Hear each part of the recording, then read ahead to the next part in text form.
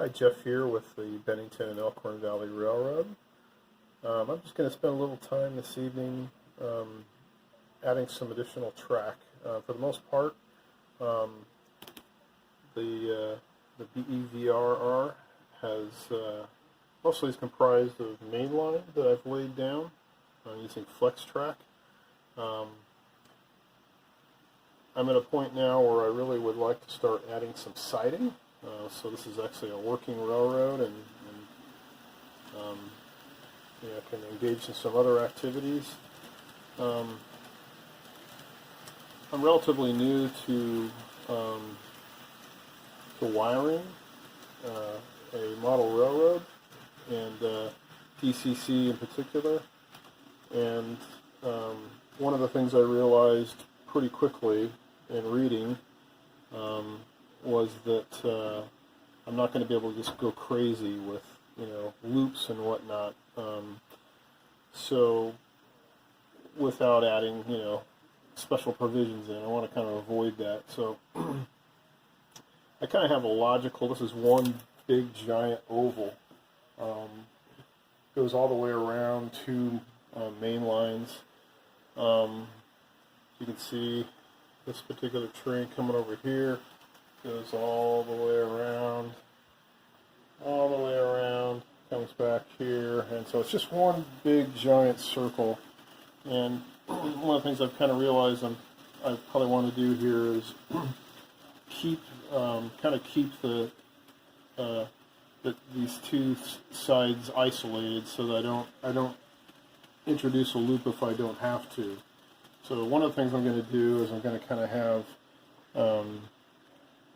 of have my grain elevator served by a track that kind of cuts across here. I'm going to have a siding that goes all the way around.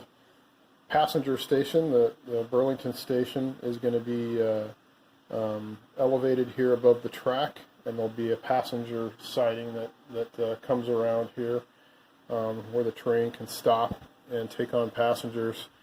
And I've kind of drawn a light line here. You can kind of see this will come all the way around here and hit this switch over here. So again, we're kind of on the same, we're on the, no loops here. We're just kind of coming around on the siding. This will be the passengers here.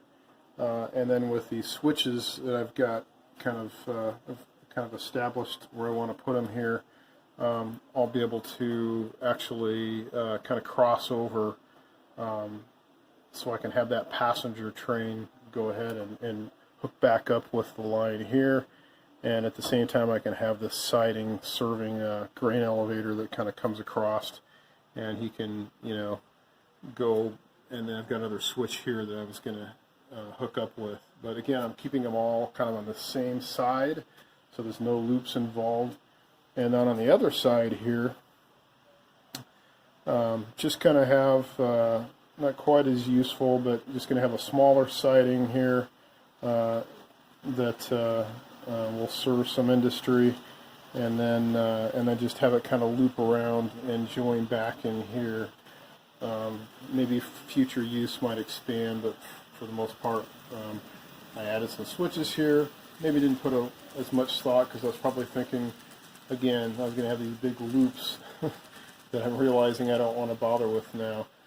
The grand scheme will be to, underneath the station, again, they'll have the siding, the passenger siding, and then we'll also have the switch here, which will send me off here.